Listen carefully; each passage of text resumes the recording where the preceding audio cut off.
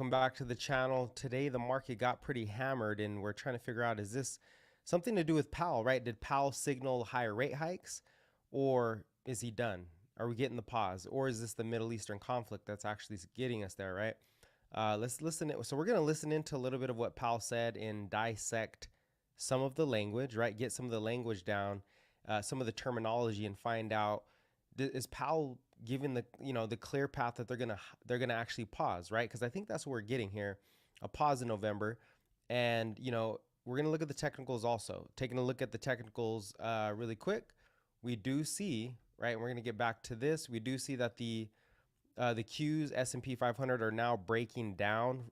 A lot of volume today too, a lot of red volume. They are breaking down from that important level. The gap was filled, went to the top of the range. It looks like we're going to be coming back down to the bottom of the range, which puts us somewhere, right, going into November, puts us somewhere right here going into November, right? Maybe making a new low. Are we going to see the Qs actually make a new low if we turn on the moving averages? Are we going to come all the way back down to the 200 moving average, right? Jumping over to the S&P 500, it looks like we're going to retest that 200 moving average. Okay, it looks like that's where we're headed. Back to the 200, maybe a double bottom here. Earnings so far have done pretty well, but the market just can't catch a bid. The market cannot catch a break. Is this because oil's going up also from the war? But first, let's go to Powell, listen into what Powell has to say, a little bit on what he's saying here, so we can at least clarify that. Hey, it's not coming from Powell. That's not what's hurting the market. It's, maybe it's something else. But first, let's take a look at what he's saying here. Let me know if you can hear the volume also. Yes, so we certainly have a very resilient economy on our hands. We've got the economy growing strongly. If you think back a year, many forecasts called for the U.S. economy to be in recession this year. Not only has that not happened, growth is now running for this year above its longer run trend. So that's been a surprise, driven largely by consumer spending, driven by a very strong job market with people getting jobs with first high nominal wages, and then as inflation has come down, real wages, which is spurring spending. And we've also had inflation coming down. So, it really is a story of much stronger demand. There may be some ways in which the economy is less affected by interest rates. It's hard to know precisely, but for example, many companies, any company with bond market access will have termed out its debt, right? And therefore may not be feeling the effects of higher rates.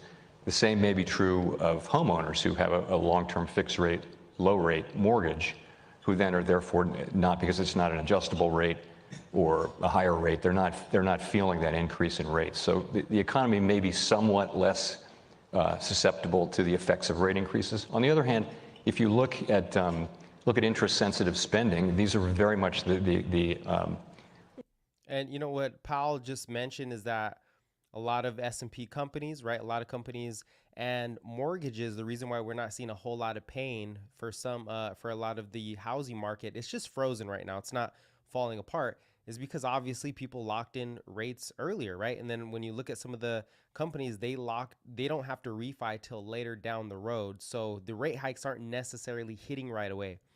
And that kind of brings us to the bond market, right? Looking at the bond market, yields are still climbing. So are they doing the Fed's work? We are looking at, when we look at the market, it's pricing in no hike. And I think it's because of that. And he's explaining pretty clear here. He's being very transparent versus the past. He's given us everything, right? He's given us everything we need here. And, the market the economy is still strong. He's saying the economy is strong. There's no reason. It almost feels like they should keep hiking, but we're going to see what he really says. The places where we expect to see and do see effects. So, for example, in housing or the housing sector has been very affected by higher rates, as purchases of durable goods. If you look at surveys, people will not say that it's a good time to buy a car or a house. Quite the contrary. So we see policy working through its usual channels. It may just be that rates haven't been high enough for long enough, and again, it's all happening in a context of very strong demand. We've heard other people speculate that maybe the terming out of debt, as you say, both corporate debt and household debt, may diminish the effectiveness of rate hikes. Do you have a view on whether that's true? And if it is true, what does it say about monetary policy? Does it mean you have to go farther in the rate hikes, or do you just not have the power to affect it? A really good question here that this guy is asking, which is, your hikes, are they even effective? Because obviously people are not, and when it comes to the mortgage market, people are locked in low rates. So you're not really going to slow down too much. Not too much is getting slowed down as far as selling houses. Nobody's buying, so it's kind of stuck. It's frozen. Also, the market is locked into lower rates for a while, right? A lot of these companies are locked into lower rates for a while. So is your policy even effective? Do you have to keep doing more, or do you just wait and see? That's sort of the question he's asking. So no, I don't think that there's a fundamental shift in the way that interest rates affect the economy. There may be some differences in this cycle because of what I mentioned. As I mentioned, we are seeing the effects where we expect to see them, which is interest-sensitive spending and also asset prices to some extent, and the exchange rate, which are. By the way, interest spending. He's talking about interest-sensitive spending, credit cards, right? We're seeing credit card debts rise. Purchasing of vehicles is very high. So anything that you're gonna you're not gonna buy a house. People aren't buying houses every month, right? In general, they buy their house, they have their house, but they do purchase vehicles more frequently, and they're using their credit cards every day. So anything interest rate sensitive is going to get hit, is what he's saying here. Credit cards, credit card debt, right? Those are rising to some degree. And also, certain companies who have to refinance whatever it is more frequently, they're the ones getting hit. So it's a weird dynamic. We've never seen this before. So it's important to key on what, Powell is trying to communicate to the market, to the economy, for all of us. We're also seeing a strong exchange rate, which is disinflationary. So I don't think there's a fundamental change in the way monetary policy affects the economy. A soaring exchange rate. Sorry, really quick. The dollar, right? The dollar's been moving up, and as the dollar moves up, that exchange rate, that's deflationary in general. That also tightens financial conditions. So you get bond yields climbing, which we're going to look at in a second, and you have the dollar moving up. And that's kind of doing the Fed's work for it. Plus oil's going up. That's doing the Fed's work for it. So the real question is, do they even hike again? Is there any reason to even hike again? Yes, the economy is strong, but you also have financial conditions tightening at the same time.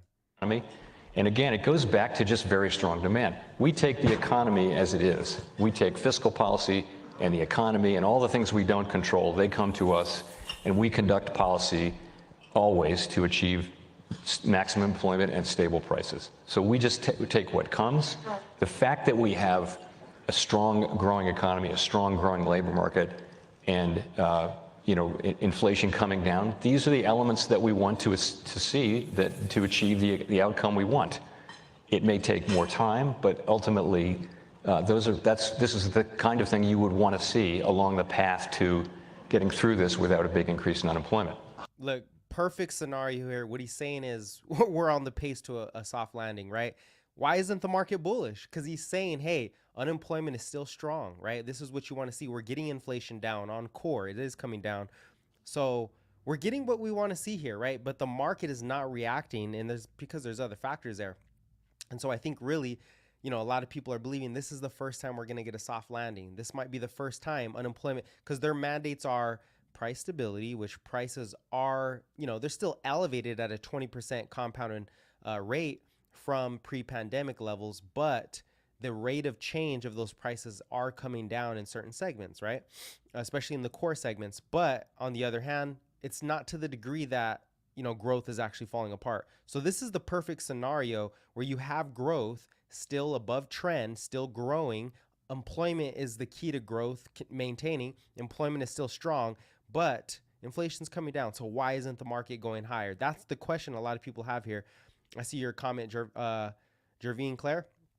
Let's see. Let's put that up there really quick, and then we'll get through the rest of the video. What are your thoughts on diversification? You said something last stream about how if you have an idea of the economic landscape, fiscal, monetary policy, you have an idea of where the money is headed. Oh, okay. That's a really actually good question. I'm actually addressing that in the coursework that I'm putting together here. And what it is monetary policy gives you the path. It is the throttle and the brake, right? So monetary, everything's going to give you the path. Where the engine is the economy is the engine. What's actually is the engine hot? Is it idle? Is it frozen? Is it moving higher? Well, right now the engine in the next 3 months, because your time frame is going to be so important. The engine in the next 3 months is retail sales, right? Santa Claus rally spending. Um, so that's where the engine is hot right now. That's where it's accelerating to some degree, and then the path of policy is still tight, right? So that's your throttle. Are they putting on the, are they pushing? Are they easing conditions? Are they tightening? They're tightening. So right now, you do have the engine, pretty revved up in the retail sales segment. Consumer spending in general. Well, where are they spending? Probably Amazon. I bet we have a lot of big Amazon sales going forward. But the weakness is going to be that break, right? They're still staying tight. So I think once we get the pause, we could get things start to accelerate a little bit. The pause should be in November. That I bet November is when the market really starts to gain ground. We're going to look at the technicals, but for the most part, I would say that the landscape shows us that we need the pause for things to, for any type of, if you're going to look for a hedge, it's probably going to be in oil stocks. I'm not suggesting that though, because, we might be at the end. If the Fed does ease financial conditions, right? If they do ease financial conditions November, which would be a pause, then oil could keep going higher, right? We could get oil move up, especially with the war. That could be your inflation hedge going up.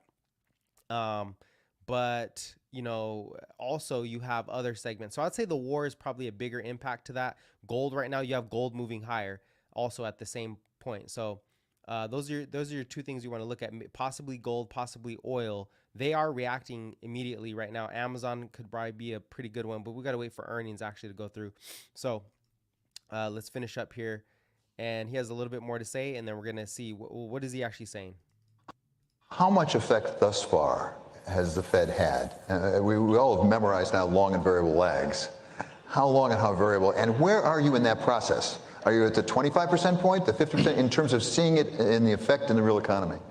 So there's no precision in the in our understanding of how long lags are. One thing that has changed in the modern era is that markets now, over the course of the last 30 years, central banks have decided, instead of being secretive, to be very transparent. And what that has meant is that markets move actually well in anticipation, well before our policy moves. So the transmission from policy moves to financial conditions actually happens before the moves now, whereas that was not the case 50 years ago when Milton Friedman, coined the phrase. Hey, this is the reason why I'm so forward looking on this, because the Fed communicates a lot more now. They give the market, right? He comes out with the script, submits it to a lot of the news media, and the market already sees it beforehand, where this wasn't the case in the past. That's why the pause is going to be very, they're trying to stay hawkish to make sure financial conditions don't ease, but the pause or, the actual no more rate hikes, that's going to be huge for the market to move higher, especially the ones who are benefiting from fiscal policy, chips, electric vehicles. Electric vehicles are a little bit in trouble though, because interest rates are so high. So it is hurting demand to some degree, right? But the chips, AMD, those are actually doing pretty well. I would say that you could hedge also with the chips. Wait to see what earnings look like for the chips. And then also companies who have a lot of cash flow who can, use the Fed funds rate to actually generate more cash in the money market funds, because they can get, 5%. So for the most part, yeah, that's why I'm like, you might want to pause here. We might have a huge rally coming in November. When they do pause and the market says, okay, they are going to pause, right? That's it. The market is pricing in a 99% chance that the Fed does pause. They've been telegraphing all month that they're going to pause. Why? Because bond yields are up. So you want to look, okay, bond yields are up. That does tighten financial conditions, but what is least hit by the bond yields going higher? What's hit the least? Not people, but stocks with a lot of cash who can actually benefit from those higher yields, right? And it's going to be non-interest rate sensitive companies. So that's where your hedge is at. And Powell's just communicating, hey, like the market's going to react beforehand. That's why we're trying to get this information out. They're changing their tactics versus the past here. Is long and variable lags.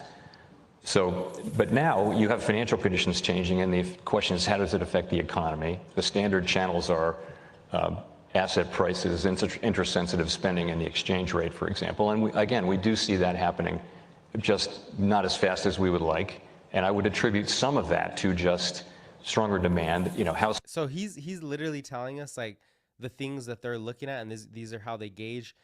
is literally the stock market is part of financial conditions. The higher the stock market, the easier financial conditions are. That's one component. Number two, exchange rates or the US dollar. The stronger the dollar gets, the tighter financial conditions, right? So they're looking at the dollar. They're also looking at interest rate sensitive spending. So credit card debt going up, that helps them to pause, right? That we're all looking for the pause here. Are we going to be looking for cuts? Not really. They're not putting that on the table. But it is a tricky scenario because you have conditions hitting each other. They're trying to ease and then they're trying to tighten at the same time. So if they telegraph a pause right away, conditions might ease too much. They don't want that. They want the yields to go higher, right? But at some point, because if something breaks, liquidity comes in. We're going to go over that. But those are the conditions that the Fed's looking at. That's the conditions we're going to look like on the look at it on the technicals going forward. Gervain, Claire, let me know if I answered your question there. It's really tough to know where the actual hedge is. And check this out. We're gonna go to this one too. Make sure. Let me know if you guys can see this because Powell's telling us what's happening. He is communicating exactly how this is gonna work. Let me know if the sound is working. But this is about bond yields. It's a little low, so I'll try to turn it up as much as I can. The whole idea of tightening policy is to affect financial conditions, and to the extent higher bond rates reflect that they do. They're producing tighter financial conditions right now. So that's how monetary policy works.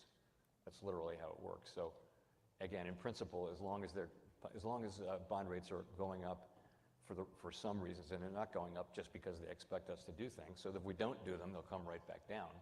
And we don't think. Okay, he's telegraphing the playbook here, which is as long as we say financial conditions are going to get tighter or we're going to hold tighter, they're hawkish, financial conditions actually get tighter. That's how monetary policy works. So they are using their rhetoric to get the bond market to sell off, right? Or to get yields higher. As long as yields are higher to some degree, that's doing the work for the Fed. They don't have to tighten anymore. But if they say, hey, we don't have to tighten anymore, we can pause here, that's going to affect bonds.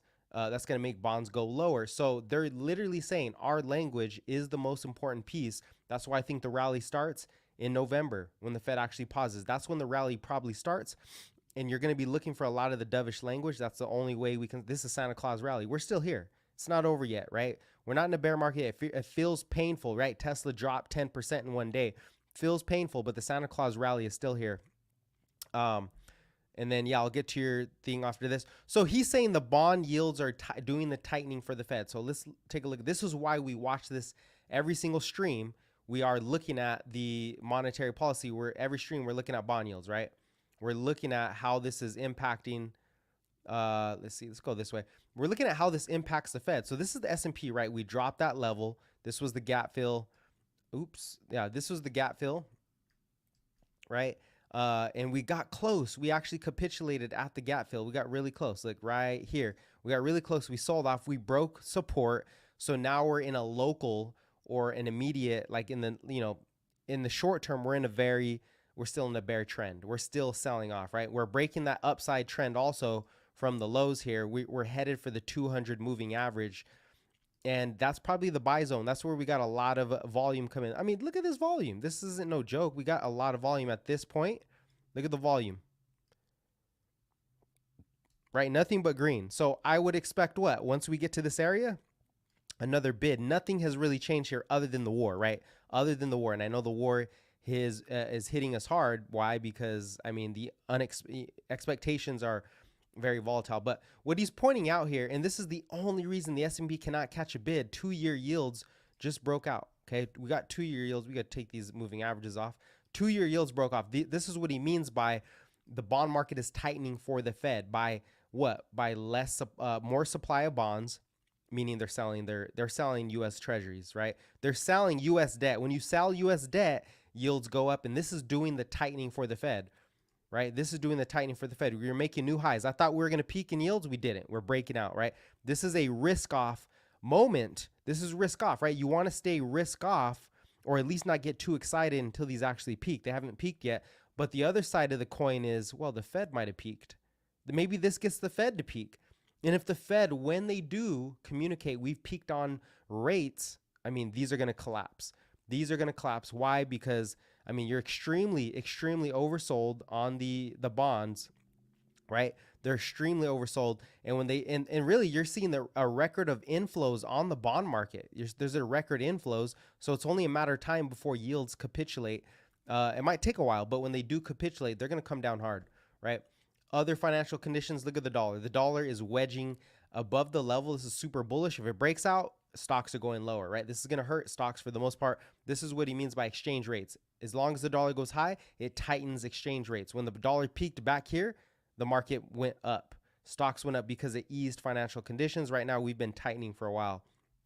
Okay, so keep your eye on this too. If it does break out, we're in trouble. For if some reason we break below 105.50, things are going to look better. I think crypto is actually catching a bid from this. Crypto's not actually responding to yields climbing. Right now, the S&P equities are responding to higher yields. But if we look down at Bitcoin, Bitcoin is actually trying to make another run here, right? With the dollar easing. So I would say exchange rates are impacting, Bitcoin a lot more than actual treasury yields, right? It's going to be exchange rates for Bitcoin's price action. So there's some divergence there, something to think about going forward into the market. And then obviously oil, this is all about the war. I think there was some reports that some rockets were fired from Syria, right? Syria may be attacking, who knows? And if oil goes up, this is a big risk off. This is an issue. This is a definite issue. Let's take that volume off. If oil goes up, because that's going to tighten financial conditions. But again, it gets the Fed pausing here. It's going to slow down the economy. So your downside is financial conditions are tightening, but the upside is, well, they're tightening so the Fed doesn't have to do any more work. And the real question is here, does the market more concerned with the Fed tightening or more concerned with, the market tightening itself? And I would say that we don't know. It looks like we're going to be moving sideways. It's going to come down to S&P earnings. Can we beat expectations for earnings? That's the real question. All right, now let me get to your question, to your comment. Going back to my let me move this in the middle. Going back to my previous question, capitalizing on broader economic trends can be strategic. Amazon aligns with consumer spending trends, whereas Crocs might not have the same narrative. Yeah, exactly. It might be easier to short company. Here's the thing: we're heading into a season where there's a lot more consumer spend, right? But that'll be ending in January. So you don't get that January data till February, right? February is when you get retail sales. You're gonna look back and say, "Damn, that fell off a cliff." So my thing is, I think more people are gonna spend on Amazon, right? On the winners are gonna win. The winners are gonna win. They're gonna win big. They're not too much interest rates. Like interest rate sensitivity is going to come in play after the Santa Claus rally. That's going to come into play once the seasonal spending is over, because now people have to pay back their debts. Their credit card debts are higher. And I think that's when it comes into play. But for now, Amazon might have a huge run. If we even look at Amazon going back, let's look at Amazon really quick when it comes to seasonal adjustments, right? When it comes to seasonality, we're gonna have to. This bear market didn't really matter because, it was trash. It was basically, let me see, the bear market, everything went lower. But if you look at November, let's see, November, yeah, you can't really look there. So what we got to do is move over a little bit and look at just Amazon going into the year-end seasons. Okay, let's see. Here, it actually did nothing, right? It's hard to really know. You know why? Because the pandemic was like a seasonal spend, right? Everybody was buying goods on Amazon. So this was the pandemic. During the pandemic, they exploded. They made one more high here going into the summer. They actually sold off. So this doesn't really give you a good barometer of that. This market is really, really hard. It's tough to navigate this market. Things have changed so much. There's a lot of macro headwinds. But typically, retailers are going to do good going into the fourth quarter. But I think the best will survive. So maybe Amazon's not a good barometer because you had that big up move during the pandemic, which had nothing to do with seasonality. It just had to do with the pandemic spending, like Zoom, that went up also. So we don't know again, but Amazon's going to get a big bid here and then it might get hurt. But it does have Amazon AWS too. Amazon does benefit from the cloud computing sector or section of the business model, right? That's B2B.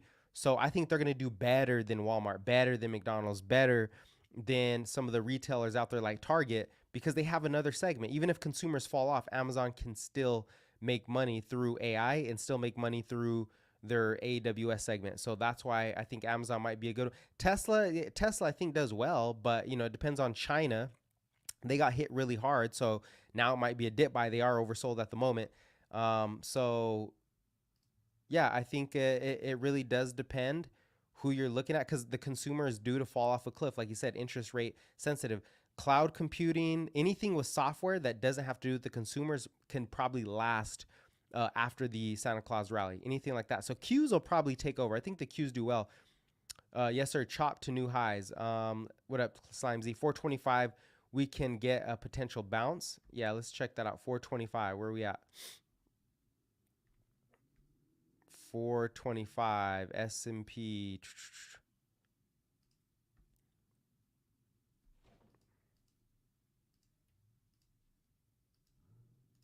Let's see the oversold.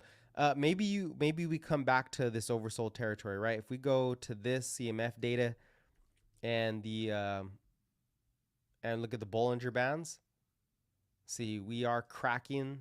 We're actually cracking down a little bit, but this frequent volume, this is last 20 days, the volume is actually picking up. So you do have some bullish divergence here. Volume is, or buying pressure is picking up to some degree, even though it's been falling off. It's actually picking up. This is bullish divergence for the S&P. I think people are stepping in here. They're definitely stepping in here. But when you look at the RSI, it doesn't look as well. We want to see if the RSI holds up on a new low, right? You could make a new low down here on the trend, and then the RSI still moving up. I don't know. I don't think we have enough data yet. I think we need to get past the Fed meeting. Retail sales were strong. GDP is still strong. We're ending the year pretty strong. Earnings are set to go higher. Let me send my chart. Send me your charts in the Discord.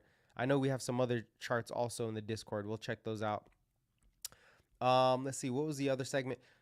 And while we're waiting for that, let me see. U.S. State Department issues worldwide caution alert as tensions in the Middle East soar. I think this is what's worrying investors right now. The Middle Eastern war, right? Escalation is coming into play, and as that comes into play, well, it's fear, it's uncertainty, it's doubt. Minus the war, right? We literally got the worst conditions right now. We have the worst conditions, which are bond yields are making new highs. Okay, bond yields are. Wait, let me pull this down. Take this off actually. You got bond yields making new highs. Okay, the dollar is above the risk off level 106, and the VIX is now above 21. Shit, like this is not good. VIX is now above 21, so there's real insurance being bought against the S&P 500. And let's see that put to call ratio. See if that thing is spiking. If it is, then you're not yet. It's not there yet. There's still not a bunch of puts in there. Triple B spread. So this is credit risk is rising slightly. It's rising slightly.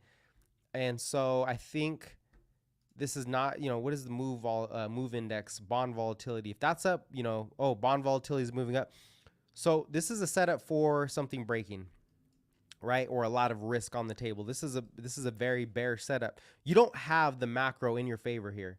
You definitely don't have the macro in your favor, but that could change quite quickly if yields come down, if the Fed does pause and gets yields down and gets that to capitulate.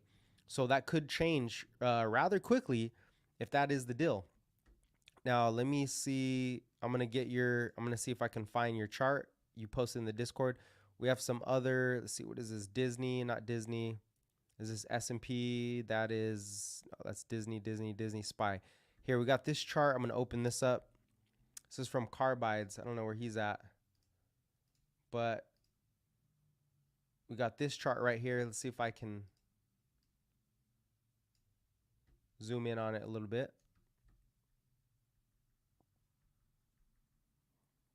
All right, so you got the 200 SMA. I think we're headed for that. He said this is breakaway gap support. So the previous gap, we're filling a gap down here. We did fill that gap and move higher. So we do have support here at 422. I think 420 is the real level, right? That was the level back in August that we broke out from. Yeah, he does really good TA. Watch for a break here with the increased volume for full confirmation of the head and shoulders pattern. Next target 406. So if you're looking at the head and shoulders, like a bigger move for the head and shoulders, that's going to be pretty bearish. We're going to see Morgan Stanley, Mike Wilson, give him a hand of applause because he's calling for 3,900 end of year. right? The neckline broke. So we're back into bear territory here, right? The EMA crossed bearish. We got an EMA cross bearish. 20 when you get the shorter time frame EMA cross above the longer time frame EMA, that's pretty bearish. That's a really I need to put that on there. I don't have no big EMAs on mine, so yeah, we're in bear territory right now. That's what it looks like. I'm gonna go see. Did you get yours on there yet? There is also Piper Sandler. Let me see. Piper Sandler's bullish. They say 420 is the bottom. Is this what? Is this it? Nah, it's right here. No, that's not it. Yeah, it is Piper Sandler. Here we go. I'm trying to see if you got yours. If you put your. Let me know when you get it in there. Oh, your TOS. Yeah, your TOS. That's fine.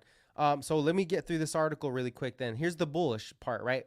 A lot of bearish rhetoric. I mean, I think right now, look, we said if we cannot get past that gap, things don't look good. We didn't get past the gap. Things do not look good. You need the war to calm down. You need the Fed to communicate the pause. I think the Fed likes where we're at right now because growth is strong. The economy is still chugging along.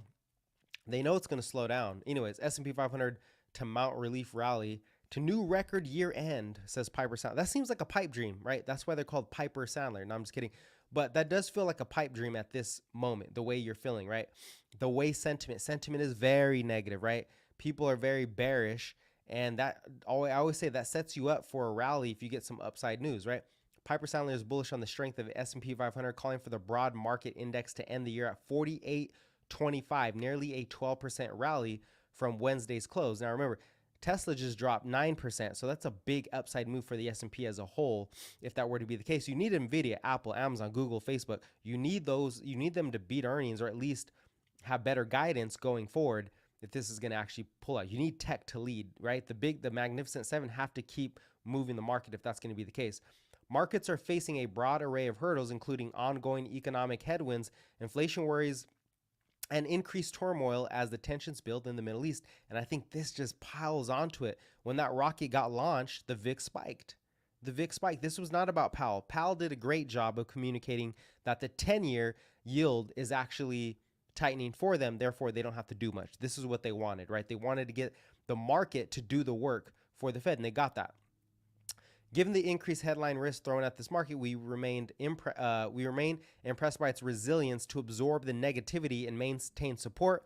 Chart analyst Craig Johnson wrote Wednesday, and I think a lot of this resiliency is coming from, well, you got $1 trillion of excess savings. You have more fiscal policy, infrastructure, $1 trillion coming into the market in the fourth quarter. You have the CHIPS Act, right? You have a lot of building, manufacturing starting to recover. New orders are picking up. Production, unit labor is picking up. You also have the EV credits, and so you still have a lot of fiscal policy, but which is also kind of the issue because everybody's like, all right, if you're going to keep spending government, then we're going to keep selling your bonds, we're going to keep selling your debt, and if we keep selling your debt, then yields go higher. We believe extreme oversold conditions in breadth within the SPX holding above 4,200 support keep equities poised for more than a relief rally into seasonally bullish fourth quarter. Here's what they got. S&P, I'm guessing that they have support at the 200 daily moving average. That might be your point right there. 200 daily moving average is what they're pointing out. Bounce there and a move higher into the end year. I wonder what they say, if anything, about the war. Johnson noted increased strength from the earnings this week and a better than expected retail sales report, which signals, hey, there's still a lot more spending in this market. It's still pretty strong. Again, that probably ends in February, March. In particular, stocks of financial companies and names in the consumer discretionary space have perked up. He said, okay, so consumer discretionary because people are spending there. Oh, by the way, the banks are killing it. The banks, right? A lot of the regional banks are the major, too big to fail banks. Their interest margins increased. They beat bottom line growth. Their guidance is higher. They're doing better because they can park. Here's the thing. They can park all their cash that they lend out literally at the money market funds and collect interest. So interest margins are up. Dude, this market should be moving higher. It is the 10-year yields spiking. It is, you have macro headwinds. It's just a lot of macro headwinds here. Major banks, including Goldman Sachs, Bank of America, topped Wall Street expectations. Yep. Smaller to medium-sized companies have also been outperformers as of late, the analyst said. Though the Russell 2000 index, which are the interest rate sensitive industries, small cap companies have slipped into negative territory for the week. Yeah, they're pretty negative. I think he has a chart down here. They're back to the lows, right? They're just back at support. We'll see if people keep buying them. The recent run up in treasury yields has slowed the advance of equities. Yep, we know that. It's all about yields at this point. However, market internals are showing some improvement, he said, noting earlier this week advancers outnumber decline. This is advanced decline. He's saying the advanced decline, the number of stocks that are advancing versus declining are actually ticking higher, right? And on a trend basis, our market breadth readings remain near extreme oversold. Readings associated with prior cycle lows and the equity market should develop into a more material advance in due time. Well, hey, I mean, we're all looking at that. The question is when, right? You also have this on the upside. On the upside, you have the market pricing in a pause. So again, why is this market, look at 99% chance of a pause. Why the hell is the market down so much? It is the war, right? And it is yields still climbing. Although all you need is the Fed to pause. You need the Fed to communicate the pause. Are they going to do it? Shoot, I doubt it. But Powell is literally he's never communicated this much. He's communicating, hey, the market is gonna front run us, so we're gonna stay tight. We know growth is strong, but inflation's coming down. It's like, what's going on here? What's going on here? I think people step in. I think we still step in at 4,200. We weren't able to hold it up this time, but we probably get a step in at this point. All right, so what else are we looking at here? Let's move over to. I still haven't got your, I haven't seen your TA yet pop up on the Discord. Bond volatility moving up. Now, bringing over to Tesla. Tesla got murdered today, okay? Well, yesterday, really after hours. They missed on top and bottom line revenue. That was terrible. But that was projected. We kind of expected them to do that. They did a little worse. They have a new chief financial officer. It's a little awkward. Zach Kirkhorn was the last one. He left. Everybody's kind of like, what's going on here? The other negatives were their margins. Are they bottomed yet?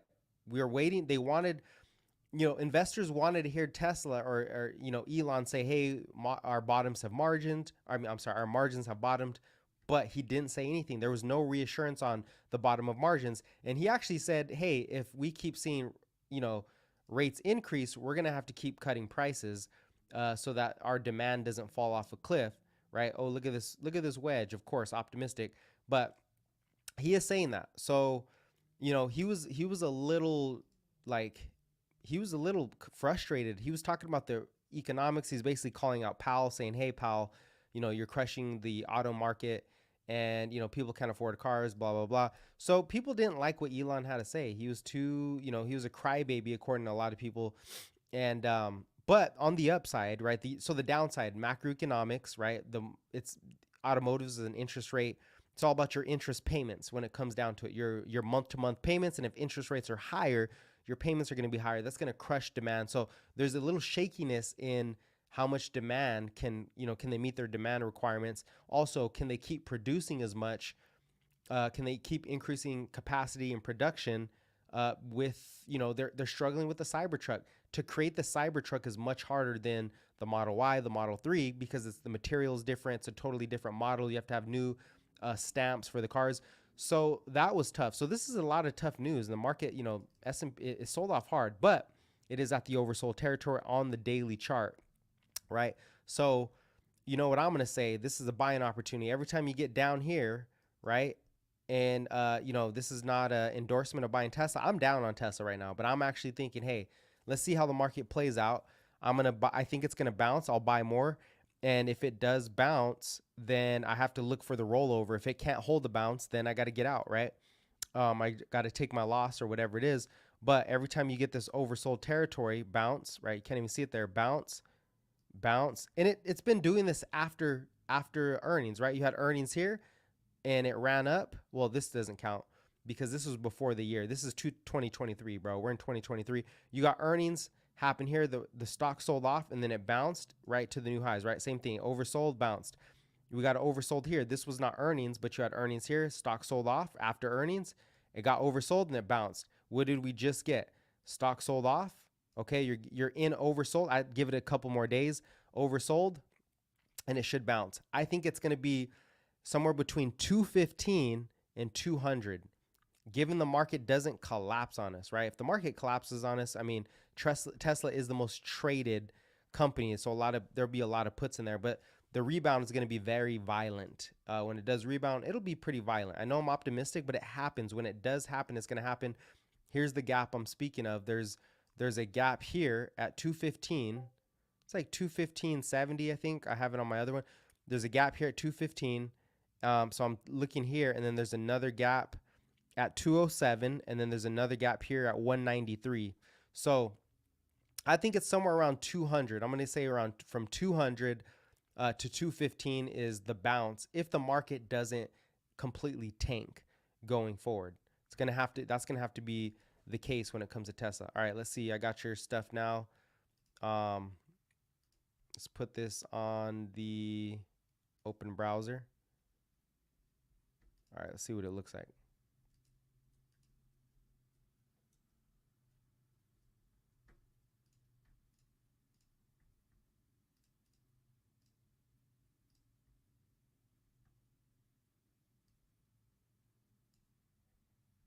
I think this is as big as I can make it. Okay. These are your supports. S&P coming down. These are your zones.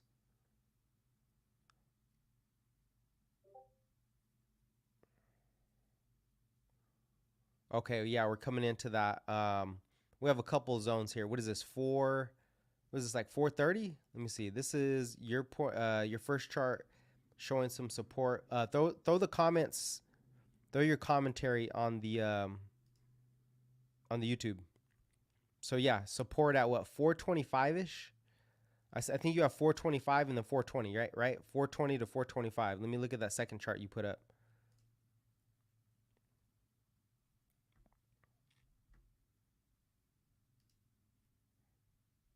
If you guys are on the chat, you can throw in your, if you do want to do some TA for me to pull it up, just let me know, and then I'll send you a Discord link, and I can pull your stuff up from the Discord. The yellow box is like where mostly a lot of action keeps coming back to. It's like not a volume profile, even though I don't use it. Okay, so that's like your volume profile. So yeah, it looks like, yeah, 425 to 420, somewhere in that zone, which we have a couple days to figure that out. That's what we'll be looking at, 425 to 420. Pretty big zone here. We're still, the Bears are winning right now, but they're getting a big push from yields and from the war. So they're going to hope that continues. When we look forward at the new economic data, look at the home market is frozen. These yields are just crazy, man. The home market is frozen. Fed Goolsby, I don't know what these guys said today. I missed what they had said. Tomorrow we have the financial stability report. I don't even know what that is. Let me see. I don't think I've seen this one yet. We just had the Fed beige book, and they said everything's slowing. Like the macro looks good. It's the war. I think it's just the war that's really hitting us. We have nothing for the rest of this week. That's it. We're going to trade off technicals tomorrow, and then Monday we'll see how we play out. Monday we have ISM global, so economic activity. Is it going to fall? I think it goes higher, and maybe yields just say, "Oh, we're going to go higher." Then you have economic activity, you have home sales. Those are crap right now. Durable goods orders, those might pick up. GDP growth rate, we'll get that on Thursday. And then let's see, jobless claim. Oh, also jobless claims are low. Oh, that's great. Next week we have core PC. We're going to get the Fed. This is from here. I think the market may gain some leverage here. We're going to see a bottoming the 27th, right? The 27th through the 1st. I think that's when they have the Fed meeting, the 1st, right? Am I tripping here? No, that's ISM. Yeah, it is the 1st. Yep. And we get the ISM. So we get consumer report on next Friday. So we basically have a whole week of trading action, technical action, before you get some real big data, right? Core PCE month over month, that came in at the lowest that it's been in since the lowest since the trend. And then year on year PCE, this is the only positive that we've had with inflation. This was a PC month over month. That was from oil. That was just oil prices month over month picking up. But the Fed is focused on core. So when we look at core, we're at 3.8. Maybe we get down to what, 3.5. I mean, I don't know. Growth is kind of, maybe not. I don't know. We'll see. 3.5. Productivity's picking up. So this might still take. How long did it take us to get down here? This might take a while to get to 2%. But as long as we make progress, the Fed can stay on pause. And then we're going to look forward to cuts in the mid. It's not like the market's going to see a cut right away. It wants to see the projection of cuts, if those cuts actually come down. So the war is now we have a Ukrainian-Russian war. Now we have a Middle Eastern and a Eastern Europe war, Eastern European war, and a Middle Eastern war. This is crazy. So growth will probably keep up in industrial and energy. Maybe your hedge is some type of energy stock as this continues, or gold. I see gold moving up. So yeah, that's what we're looking at. Friday is our next big data. Looks like Friday's our next big data. What did gold do? Gold shot up. What do you got here? Yeah, the green boxes are supply and demand, and the gray boxes are the gaps. And the yellow box is like the place where price keeps coming back and bouncing off it. Yeah, that's good. That's good. You have it drawn there. We'll see how this plays out. I would just, when it comes into those zones, keep your eye on just keep your eye on yields in the dollar, man. Right? Keep your eye on yields in the dollar. Try to obviously, if you get a bounce but yields are still moving up, it's probably not going to last. If you get a bounce and the dollar moves up, it's probably not going to last. But if you get the dollar rolling over and yields rolling over and the S&P is still trying to find support, that's going to be a signal to buy, because financial conditions are easing in the moment while the S&P is consolidating at a level. Maybe it's holding that 425 or 420 level. But gold's been making an upside move, right? This is risk off. This is global uncertainty. I don't know if we've seen this before. During the pandemic, gold got crushed. It didn't even spike during the pandemic, did it? Am I tripping here? Maybe I'm tripping. Did gold move up during the pandemic? Let's see. When it first hit, it sold off, and then it moved up, and then it was just sideways. It didn't really boom until, yeah, this is when growth came in, though, and then it peaked in August. So gold wasn't a great global. This might be different because it's war, though, so we'll see. That was like collapsing growth. This is more fear. This is more fear. So maybe it gets treasuries lower. I don't know. Well, I guess we'll find out. But yeah, the VIX popping up there is not good. Bond volatility popping up is not good. And Bitcoin's hanging in there. This is pretty interesting though. Bitcoin's hanging in there. It looks like it's trying to make a new highs, or it's trying to climb back up after that fake report. Is Bitcoin a risk off asset? I don't know. Chainlink holding in there a little bit. ETH BTC getting smashed. Ethereum's holding on at 1,500. Not too bad. I think XLE is moving up. Yep. And then let's look at the big tech, the Mag 7. How did the Mag 7 hold up during this turmoil? Magnificent 7. What do we got here? Google still Google looks solid. Meta's pulling back, but it's still in a bull trend. You just had Netflix gap up, sell off, but I mean that's a big gap up. So gap up, ran up, closed higher than the gap. Obviously Tesla opposite, gap down. Microsoft is, it's holding up, trying to break out. Apple is still in this trend. Looks like the S&P. And then Amazon is just sideways. No big crash. ARK's probably getting smashed. Yep. ARK is barfing. Kathy Wood's pissed.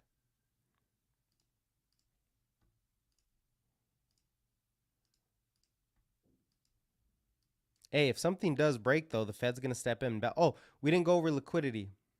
What'd you say? I'm expecting after this year. Here, let me throw that up there. Slimesy, after this year, when next year, mid of the year, I'm loading up on crypto. Next year, mid of the year, I'm loading up. Okay. Loading up on crypto next year. Yeah, once crypto moves, it's going to move. Well, this is global liquidity right now. China, by the way, China had some pretty good numbers come out this weekend or this week actually. Let me double check that. China, I need to get China on here. See Chinese numbers. And oh, why is Colombia on there? I don't care about Colombia.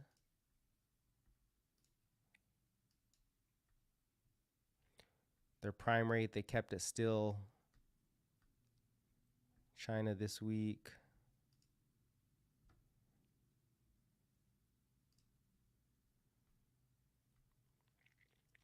Yeah, Chinese retail sales year over year beat expectations, climbing for the third month in a row. GDP growth forecast quarter over quarter, 1%. Their industrial production is up. Yeah, so China's economy is not falling apart the way people keep saying, unless you don't trust the numbers, as always. China looks straight.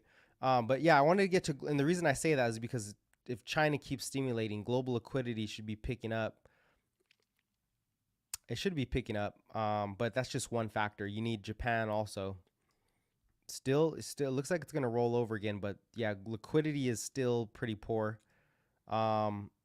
Reverse repo facility moving up, eating up all those. Now this is getting scary because it's eating up the U.S. Treasuries on the short end, but it's going to run out in 2024. So I guess you still have some time there.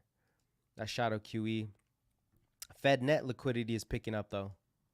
So I thought this was interesting. This has a lot to do with the RRP also.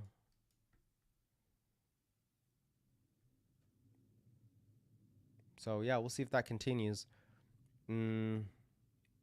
S&P in that downtrend.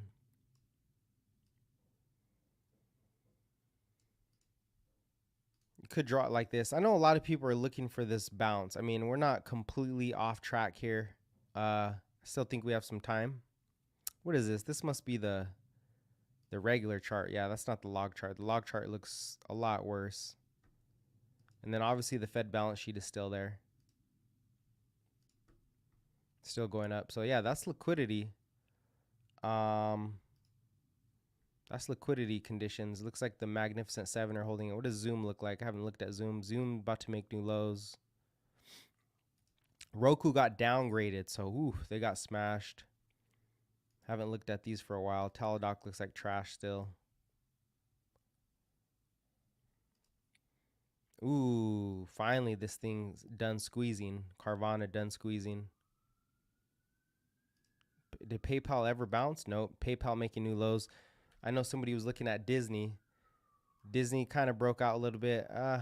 It's all right. I know people like Disney. I don't really care. I think it's whatever. ESPN, they're going to sell ESPN. I mean, Disney has a lot of issues. What's going to happen with Palantir? I mean, Palantir they're just getting more and more contracts. The stock, the thing is, it moves up a lot, then has to pull back. So it's defense contracts. The war is literally a perfect setup for Palantir to implement more contracts using AI. So Palantir, you just, don't chase it because it retraces pretty hard. But when it really sells off hard, I think that's when you get into Palantir or you add to your position. Don't add at the highs. It's a lot like Tesla. You want to get it at the very oversold territory, right? When it gets oversold, you want to buy it because a lot of people still don't believe in it, but it's gaining traction as an defense military AI for the U.S. You got into it at 11. Oh, yeah, that's pretty good. You got in at 11. Good. Yeah, just hold it. I mean, just hold it. I remember when it was 11 when it first came out, and it just boomed, right? It went from 11 to that was QE to 46. So this thing can move, but we still have very tight conditions here. So first step is, can we get past the Fed pause? Once we get past the Fed pause, then it is does the president, does the White House start to print money? And then if they start printing money, then, does global liquidity start to pick up? Does M2? And then third, well, does inflation pick up or does inflation continue to trend lower?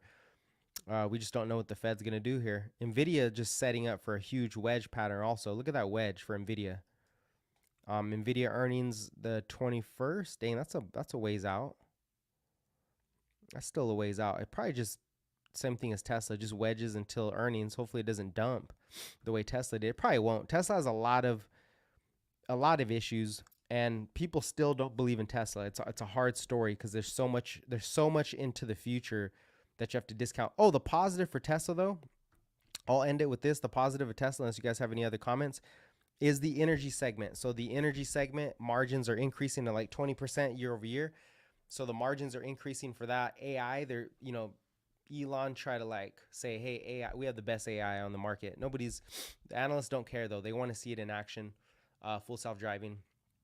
And then the other positive for Tesla, let me double check here. What was the other positive for Tesla? The other positive, because there's a lot of negatives, right? Margins are decreasing. There's a lot of uncertainty whether they keep cutting prices. If they keep cutting prices, then you're going to keep missing earnings. We're headed into the fourth quarter, macro uncertainty, blah blah blah. But the Cybertruck, that's what it is. So full self-driving, nobody believes that though. Energy storage margins are increasing. I mean, you can't argue that. They literally are increasing, and the energy segment has a bigger upside than the automotive segment, but that growth is going to take a while. So that's a positive there. Energy storage picking up, and then the Cybertruck starts to deliver on November 30th, and I bet that it's a buy the news story. So if the market can recover, Tesla will go up. I'm sure going to invest in Tesla calls. Yeah, just be careful. You want the oversold. You want to get into the oversold. I make this mistake all the time. I get too bullish, but you want to see it extremely oversold. It is the most traded stock on the market by far. So it's going to get over exaggerated to the upside and to the downside. It just does. It's going to be over exaggerated. What up, Diggs BTW7? What up? What up? You guys got any questions? We're almost done with the stream. We're about an hour in. Any questions for the charts, for the macro right now? I mean, looking at oil, looking at the dollar, looking at those macro forces, that's what's important. The VIX breaking out too, not good. But the dollar, the dollar's been kind of weak, so it is showing some bearish divergence also. Diggs BTW, what are you on Twitch? Well, what up, Diggs, on Twitch? I don't think I know anybody on Twitch. Welcome to the channel. We're almost done here, though. Yeah, so the dollar, this is going to be key for crypto right now. The crypto's not even responding to those bond yields. It's responding to the dollar. And a lot of people are saying that Bitcoin ETF is coming. So what's happening is Gary Gensler is going to start focusing, supposedly he's going to start focusing on AI instead of crypto. And so maybe you get that ETF passed this month.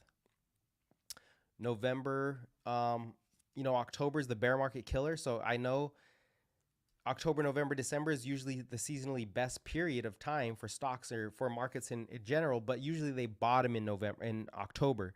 So October doesn't mean it's just going to bounce in October. It's somewhere in the middle of October. There should be a rebound according to history. Right, and that rebound should coincide with the dollar peaking. This was last October right here. That was last October. The dollar peaked right here. It's not, and there's a lot of reasons why you're going to get that seasonality. But the dollar peaked. If we go to bond yields, that's where bond yields peaked in October, right here. Even though they made new highs, they peaked in October. So, hey, are we going to get a peak in October in yields? Do they finally cover? Oil, on the other hand, I don't know if this has anything to do with. Oil has nothing to do with seasonality. This is more so, it's the war pushing it higher, right? This is all war. Let's see, peaked in June. It kind of had an October peak here. So maybe if oil's done going up, it's going to be good for the market too. Easing financial conditions. But then, hey, the other question is, does that get the Fed hiking again? So it's tricky. It's tricky to navigate this market, man. Keep in mind, I'm working on a course for all the terminology, all the ways that I evaluate the market: framework, execution style, technicals, framework, the economy, policy, all that stuff. So I'll be working on that. Just stay tuned. So yeah, I would just say tomorrow morning, we don't have much data. Let's double check. What do we have tomorrow morning? Tomorrow morning, we have, see if there's any important data coming out. I think it's just going to be the technicals.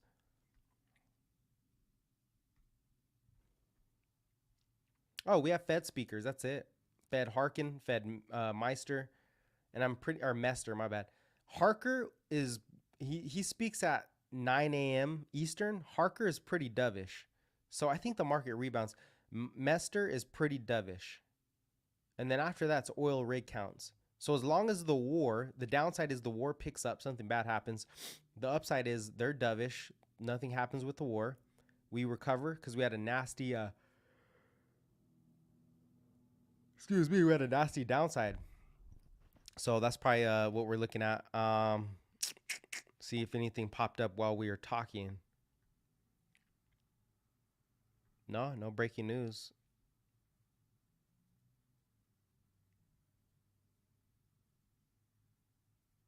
Watch out for that breaking news for the war. Fed Bostic does not. Yeah, that's all we got. Well, we'll be back on tomorrow to go over the news to see what actually happens here. And thanks for joining, guys. Thanks for joining. Oh, by the way, if you're looking for me on TikTok, I got banned. I got banned earlier in the week for talking about the war, so that's why I'm not on there. Anyways, catch you guys later. Stay blessed. Get your workout. Eat healthy. Get your sleep. Stay peaceful. And stay blessed, guys. We'll catch you next.